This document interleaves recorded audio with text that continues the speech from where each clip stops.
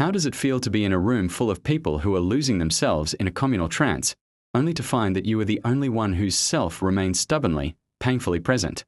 If you were told that the ultimate spiritual experience was to become a 12th part of a larger being, would you find that beautiful, or would it feel like a slow-motion murder of your identity? Do you believe that loneliness is a biological mistake that needs to be cured by a solidarity service, or is it the only place where the truth can actually breathe? If you were a master of words like Helmholtz, would you use them to keep the world asleep, or would you try to find a word that acts like a waking up slap to the face? What is the most terrifying thing about a ritual where the God being summoned is just the collective emptiness of the people in the room? If you had to fake a religious ecstasy just to avoid being noticed, would you eventually start to believe your own lie? How does it feel to realize that the peace of your society is maintained by making sure no one ever has a moment of deep, private reflection?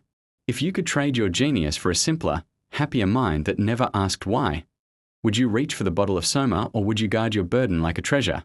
Can a man ever be truly great in a world that only values stability?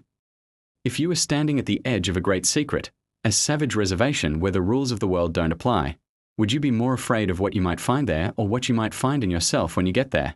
Does the fact that Bernard feels like a fraud make him more real than the people who are sincerely happy?